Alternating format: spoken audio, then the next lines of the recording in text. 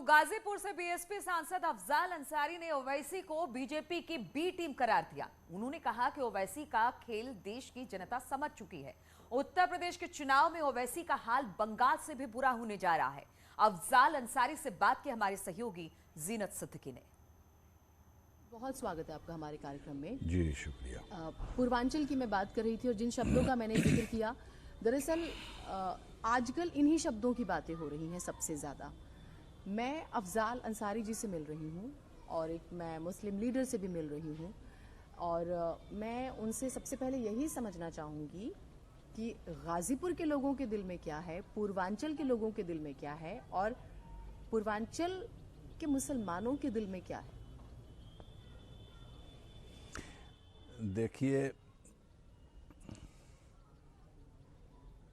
अब आपका मकसद क्या है मैं नहीं समझ पाया और आपने चिन्हित करके मुसलमानों से और सियासत को जोड़ने की कोशिश की। मुझे भी एक मुस्लिम लीडर बताया।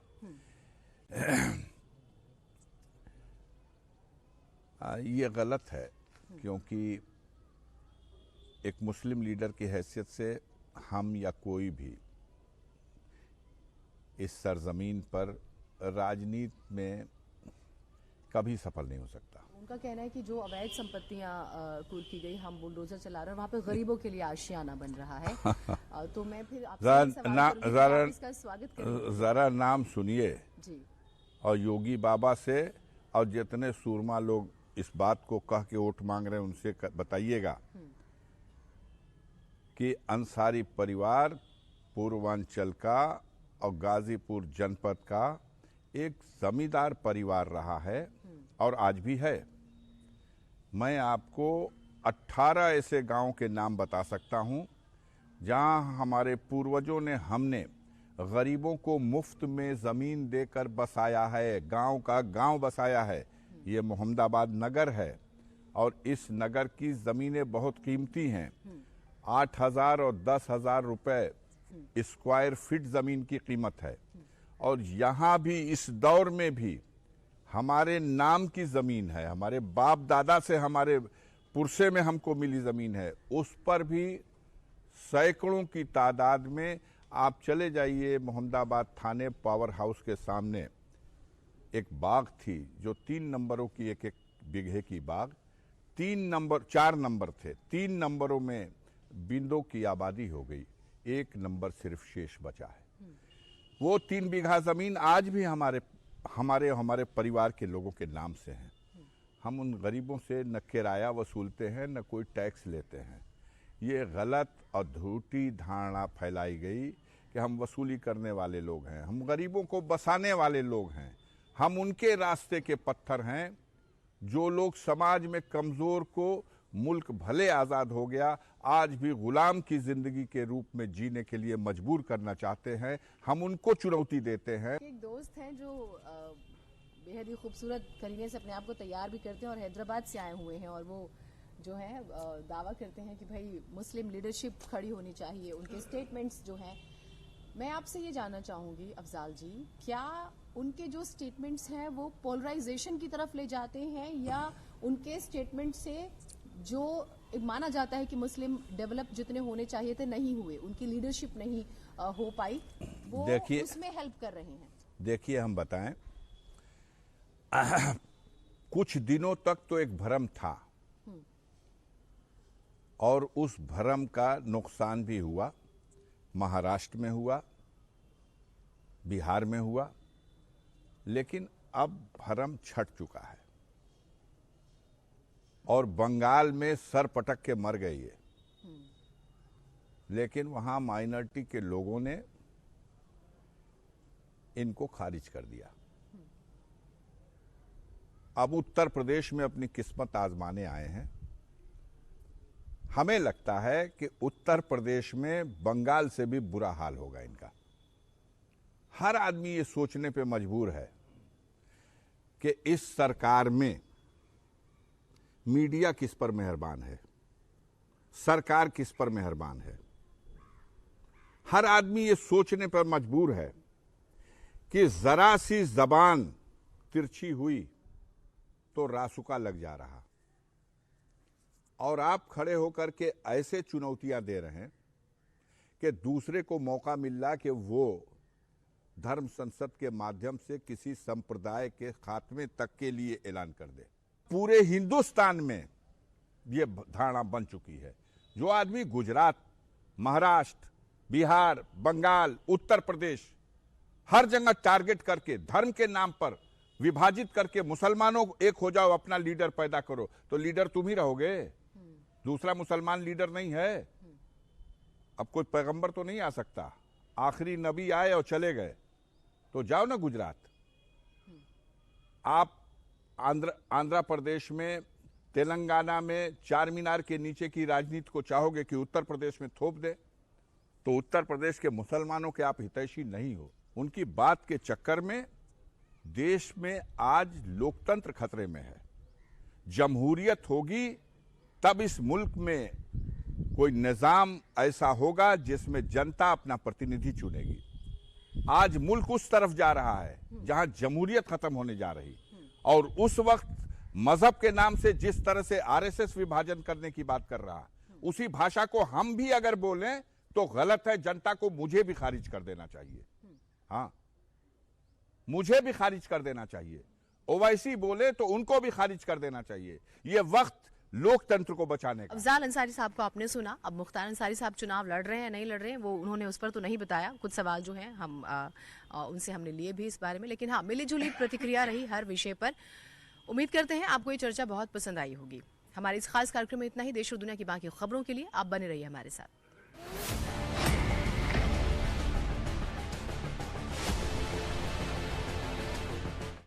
और अब बात कानपुर की महाराजपुर विधानसभा की, जहां पर पिछले 2 चुनाव से लगातार कमल खिल रहा है। बीजेपी के सतीश महाना की जीत का फासला दोनों चुनाव में काफी बढ़ा। पहले ये विधानसभा सरसौल के नाम से जानी जाती थी और 10 साल से समाजवादी पार्टी का कब्जा यहां पर रहा, लेकिन नए परिसीमन के बाद एसपी का जनाधार इस विधानसभा में कम हो गया। तो क्या बीजेपी महाराजपुर में जीत की हैट्रिक लगाएगी या फिर इस बार जनता दूसरे दल पर अपना भरोसा जताएगी? न्यूज़ 18 की टीम औद्योगिक नगर कानपुर में है। कानपुर शहर में चुनाव पर लोगों की क्या सोच है, इसको जानने के लिए चाय के अच्छी कोई जगह नहीं थी, क्योंकि चाय पे ही एक दूसरे की राय मिलती है। उसको जानने के लिए हम लोग पहुंचते हैं। एक टी स्टॉल है जहां आप देख सकते हैं लिखा है रिंकू टी स्टॉल। यहाँ तमाम लोग इस वक्त खड़े हैं और चाय पे चुनाव की चर्चा करना बहुत आवश्यक है। अच्छा माहौल चल रहा है, जैसे चाय अच्छी, वहाँ सरकार का काम भी अच्छा चल रहा है उसी तरह। मोदी जी आने वाले बस, लेकिन चुनाव तो विधानसभा का है। अरे तो योगी आने वाले हैं फिर। क्या काम हुआ है? हाँ, काम हुआ है।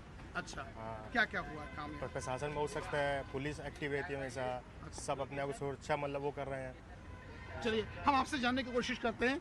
हमारे साथ सर चाय पीने आए? हाँ जरूर। क्या डेली आते हैं? हाँ ज़्यादातर बहुत ज़्यादा हूँ। कैसी चाय बनाते हैं? फेमस है, बहुत अच्छी है, बहुत उम्दा। अच्छी चाय। काम कैसा चल रहा है इस वक्त? किस चीज़ का? उत्तर प्रदेश सरकार में चुनाव सर पे क्या चल रहा है? काम अच्छा ही चल रहा है और जहाँ तक बीजेपी सरकार आएगी भी, आनी भी चाहिए। आनी भी चाहिए। कोई खास वजह? खास वजह कुल मिला के हिंदुत्व को लेके मुख्य मुद्दे तो वैसे बहुत से हैं सर। मेन विकास का होता है सर।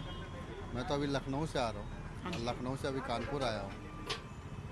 कानपुर की जो रोड है, सड़क है, ट्रैफिक है, सर, व्यवस्थाएं हैं वो अच्छी हो गई हैं। बीच में कई ओवरब्रिज बन रहे हैं। फाइट तो मैं नहीं कहूँगा कि किसी बीच में फाइट हो पाएगी। एक तरफा चुनाव जा रहा है और एक तरफा चुनाव योगी जी के पक्ष में जा रहा है। देखिए पब्लिक को क्या चाहिए आज की डेट में? केवल विकास, डेवलपमेंट। अगर डेवलपमेंट होगा, डेफिनेटली जो डेवलप करेगा वो योगी जी हो या अखिलेश जी हो, जो भी डेवलपमेंट लेके आएगा हम डेफिनेटली उनके साथ जाएंगे। हमारी फीलिंग ये है कि काम ठीक है फिलहाल। किसकी किसकी बीच टक्कर मान रहे हैं? दोनों में है, सपा और भाजपा। मेरे हिसाब से सर योगी जी आएंगे और कुछ नहीं। मुझे योगी जी चाहिए और कोई नहीं चाहिए। अच्छा, काम हुआ है थोड़ा बहुत? बहुत काम हुआ है, इतना अच्छा काम हुआ है कि पूछो नहीं सर, जबरदस्त काम हुआ है। क्या समझ आ रहा है आपको? क्या लग रहा है? भाजपा समझ में आती है, भाजपा बनेगी। चलिए सर चाय पीने आए, सर से पूछते हैं। सर चाय ली कि नहीं? जी बस ले रहे, ऑर्डर दे दिया है। किसका समझ आ रहा है? चुनाव से क्या सरगर्मी समझ आ रही है? चुनाव में क्या सरगर्मी समझ आ रही है? क्या रुझान किसका समझ आ रहा है? भाई सफा चलेगी और क्या हुआ है, बिल्कुल। क्या कोई खास वजह? खास वजह का इससे परेशानी में वही ठीक है, परेशानी हर आदमी परेशान है, तो अच्छी बात है उसको लाना जो आम पब्लिक की मदद करे। थोड़ी सी कमी इनकी रह गई जो युवाओं को नौकरी जो नहीं दी इनने, सर बस बाकी सब कुछ सही है। नौकरियां नहीं भाई, नौकरियां बहुत इन्हें कम से कम जारी करी हैं। क्या लग रहा है, क्या रुझान क्या समझ आ रहा है, चुनाव सर पे है? चुनाव का यही रुझान आ रहा है कि बीजेपी की सरकार बनेगी। बहुत विकास कार्य चल रहे हैं उनके, जैसे काशी विश्वनाथ मंदिर का उनने एकदम भव्य। कानपुर की अभी बात करें हम लोग, कानपुर शहर में कानपुर में इस समय एकदम विकास कार्य है, मेट्रो सबसे बढ़िया अपॉर्चुनिटी दी है। उसके बाद आजकल रोडों पे ही बहुत काम चल रहा है, बस रोडों पे काम चल रहा है। चलिए देखिए, आप निश्चित तौर पर कहीं ना कहीं ये सब लोग बैठे हों, एक सज्जन और हमारे साथ चाय की चुस्की ले रहे हैं, उनसे हम जानने की कोशिश करते हैं। सर चाय पी ली? क्या लग रहा है सर चुनाव का? योगी जी आ रहे हैं। योगी जी आ रहे हैं, काम हुए? बहुत काम हुआ है। आपको चारों तरफ काम नहीं दिख रहा है? काम हुआ, काम हुआ है। तो कोई टक्कर किसी की मान रहे, किसी से किसी की कोई टक्कर नहीं है। योगी जी। योगी जी। सर आप यहाँ चाय पीने आए हैं, क्या लगता है किसके किसके बीच फाइट समझ आ रही है? सर योगी जी दिख रहे हैं। योगी जी दिख रहे हैं। मेरे हिसाब से युवाओं पे थोड़ा सा ध्यान देना चाहिए, क्योंकि उससे क्या कहते हैं, जो बेरोजगार घूम रहे हैं, सर इस सबके साथ बताइए। पढ़े लिखे बेरोजगार घूम रहे हैं, उनके ऊपर थोड़ा सा ध्यान देना चाहिए। बेरोजगारी भी समझ आ रही है? बिल्कुल। और क्या क्या चीज़, लॉ एंड ऑर्डर की अगर बात की जाए? लॉ एंड ऑर्डर तो हमारे यूपी का हमें बिल्कुल नहीं समझ में आता है। यहाँ पे पेपर वगैरह हमेशा लीक हो जाते हैं, क्योंकि किस हिसाब से लीक हो जाते हैं हमें आज तक नहीं समझ में आई ये बात। देखिए, अगर चुनाव की बात करें तो हमारे पास विकल्प नाम मात्र के हैं सर। या तो बसपा तो कहीं देखिए कहीं भी फ्रेम में नहीं आती है, उसके अलावा बस्ती कांग्रेस और समाजवादी पार्टी। तो जहाँ तक अगर देखते तो इन दोनों पर भी जनता का रुझान बहुत ही कम है, ज़्यादातर रुझान भाजपा की तरफ है। क्या करते हैं आप? जॉब करते हैं। कहाँ जॉब करते हैं? यही पॉस मशीन यहीं पे। अच्छा, चाय पी ली कि नहीं आपने? नहीं पी रहे। सर क्या माहौल समझ आ रहा है? माहौल सर ठीक है, ज़्यादा कुछ समझ में आ रहा, ठीक ठाक है। किसकी लहर समझ आ रही है, किसका रुझान समझ आ रहा है? और भाजपा की लहर समझ में आ रही है। समझ आ रही है। कोई टक्कर वक्कर समझ आ रही है किसी पार्टी की? भाजपा सपा की है टक्कर बस। आप सर इस तरफ आ जाइए, आइए बाहर आइए। आप अंदर से खड़े मुस्कुरा रहे हैं, कुछ ना कुछ कहना चाह रहे हैं आप भी। बहुत सर क्या लग रहा है चुनाव पे? आपकी शॉप है ये? जी मेरी शॉप है। सर कैसी चर्चाएं चलती हैं यहाँ, कैसा रहता है? चर्चा है तो देखिए दोनों चल रही हैं, कोई कहता अखिलेश यादव, कोई कहता बीजेपी, दोनों टक्कर होगी। टक्कर होगी। हाँ, अच्छा, शहर में अगर कहा जाए विकास की बात, जो वादे किए गए थे पूरे हुए यहाँ की नहीं? हाँ विकास तो भाई हो ही रहा है, देखा जाए आने वाले समय में और अच्छा हो जाएगा। बीजेपी की सरकार है तो फिर अच्छा तो हो ही जाएगा। और कहीं ना कहीं देखिए, आप चाय की अगर उस पर खड़ा हो तो चाय की अड्डी पे देखते देखते भीड़ बढ़ती जा रही है, लोगों के वैसे वैसे विचार बढ़ते जा रहे हैं। कहीं ना कहीं कोई सपा बता रहा है, कोई भाजपा बता रहा है, कोई कहता है कार्य हुआ, कोई कहता है और होना चाहिए, कुछ एम्प्लॉयमेंट को इसका मुद्दा बता रहे हैं, कुछ कह रहे हैं कि सड़कें बनी, कुछ नहीं बना रहे, कुछ कह रहे हैं कि सपा और भाजपा की सी टक्कर है। मगर ये तो जब चुनाव आएगा और जब वोट पड़ेंगे तब पता चलेगा। मगर कहीं ना कहीं लोग आपस में चर्चाओं में सपा और भाजपा को ही सामने बता रहे हैं। विजिलेंस आशीष पांडे के साथ अमित गंजू, न्यूज़ 18 कानपुर।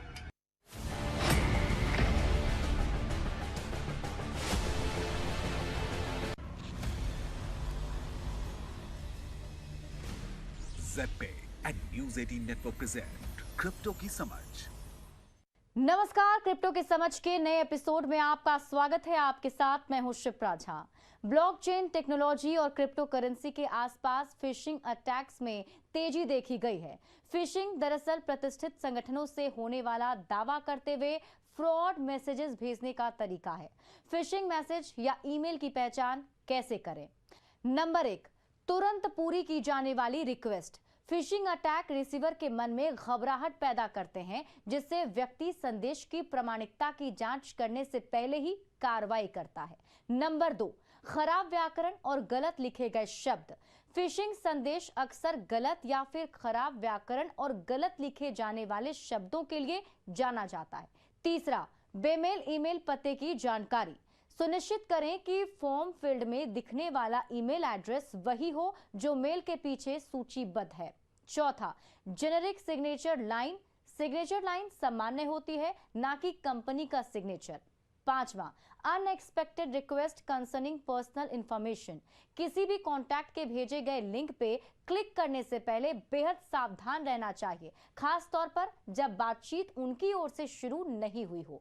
असली परेशानी तब होती है जब यूजर लिंक पर क्लिक करता है या अटैक करने वाले के चाहने के मुताबिक एक्शन लेता है। How do I keep my crypto account secure? तो इसके लिए कुछ गाइडलाइंस हैं। पहला गाइडलाइन है सेटअप 2 फैक्टर ऑथेंटिकेशन, यानी 2 फैक्टर ऑथेंटिकेशन सेट करने से यह सुनिश्चित होगा कि कोई भी आपके खाते तक नहीं पहुंच सकता है। हमेशा अपने ब्राउजर के एड्रेस बार की जांच करना सुनिश्चित करें।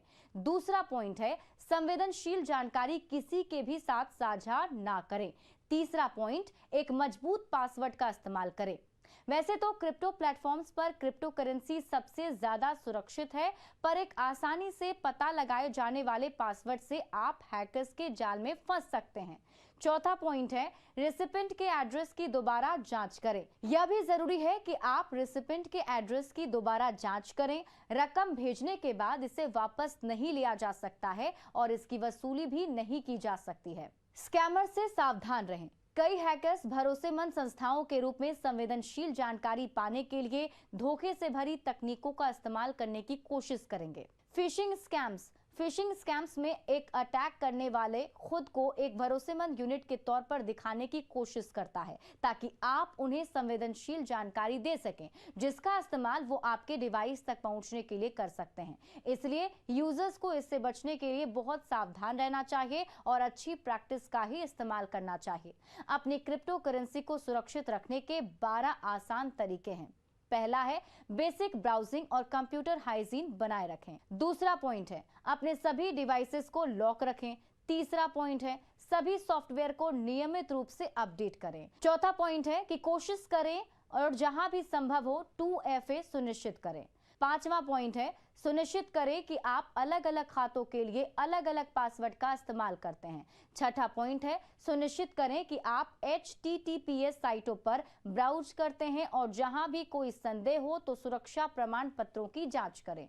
सातवां पॉइंट एड्रेस बार में लॉक आइकन देखें। आठवां पॉइंट है कि संदिग्ध फाइलों को डाउनलोड और एग्जीक्यूट ना करें। नौवां पॉइंट है केवल फाइल के नामों को ना पढ़ें, उनके एक्सटेंशन को भी समझने की कोशिश करें। 10वां पॉइंट है सुरक्षित ऐप स्टोर के बाहर से एप्स इंस्टॉल ना करें। 11वां पॉइंट है अप टू डेट रहें और विभिन्न साइबर हमलों के बारे में जानें। चौथा पॉइंट है क्रैक्ड सॉफ्टवेयर इस्तेमाल करने से बचें, वो सिस्टम इन्फेक्शन की पहली वजह हो सकते हैं। फिर ऐसी ही रोचक जानकारी लेकर आऊंगी आपके लिए, तब तक के लिए नमस्कार। ZPay and News 18 Network present crypto की समझ।